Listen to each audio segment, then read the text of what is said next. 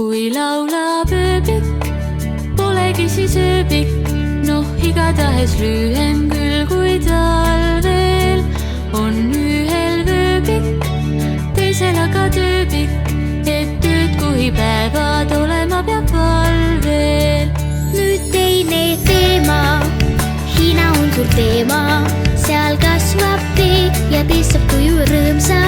Eesti on veemaa, pane vesi keema ja rõõmuga teed maitse väike sõõmsa. On merel veede, maa peal aga reede, kuid talvel enam näha pole reege. On sirge seede, kas teisipäev või reede, seal mersuud viimavad ja see on äge.